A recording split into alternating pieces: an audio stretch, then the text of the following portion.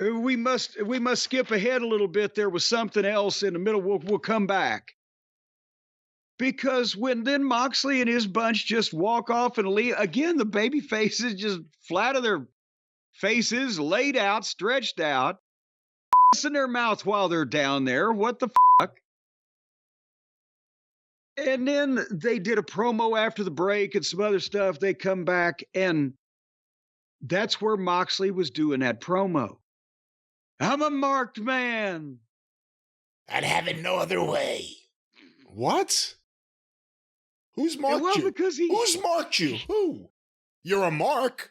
In his mind, he wants all these opposing forces to come at him so that he can turn them back. And he is a mark man. I'll agree with you there. I'm a marked man. Nielsen keeps trying to kill me. Fucking Nielsen. But in turn, I killed him. And I mean, here's the thing. He's drooling and he's snarling and he's doing the twitch and he's trying to do a little homage to every crazy guy that's ever been in wrestling, all the shit they did all at the same time. And you can believe that this guy is unhinged. You just can't believe that he's a good wrestler or he's a big badass that's going to really fucking kill people. He's drooling and sniffing and twitching and shaking, and he's saying shit that is mostly incomprehensible. So the question is he drunk, as one of the fucking people later on in this program has alluded to his time in rehab, so that's open season now? Or is he tweaking? You can call me Dick the Boozer.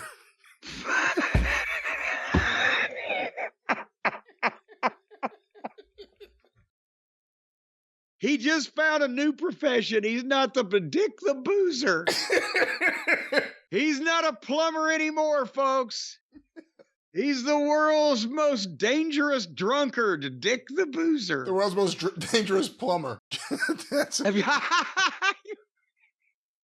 Yeah, the promo makes no sense. Stopping this, pal, kids, as we go along here. And then he kept touching himself like Lex Luger back in the day. But that was in the middle of a match. It was still weird. Well, no, Luger, on promos, he had a nervous, for the people who haven't been around for 35 years and were paying attention to this, Luger had a nervous habit when he was doing promos in the TBS studio at the podium. He would pick with one hand while he was pointing with his right hand. He would reach down and he would pick the tights off. He's loosening the tights that are squashing his dick, kind of.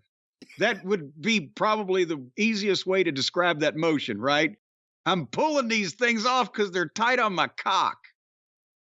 And it wasn't really a broad type of motion, but you could tell it was there if they happened to. So they started shooting him higher up.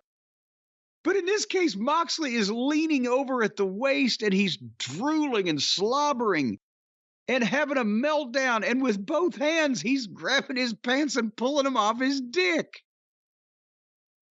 And apparently in this exhibition, the heel world champion challenged the two baby faces that he just left laying and the heel that he just left laying also to a four-way at the pay-per-view.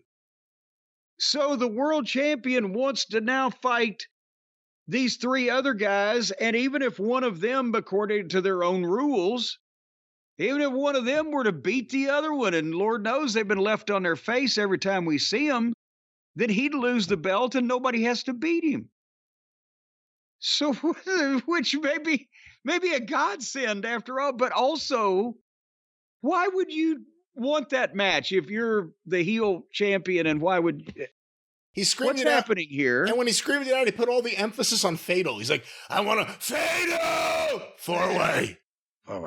Yeah, I don't know. Again, when the baby faces all started beating each other up, the fans, they already didn't want to react to anything. Now they didn't know how to react because they kind of, the people that are there are the people that are susceptible to rooting for an Orange Cassidy. They didn't know what to do. He's beating up the other baby faces in the match.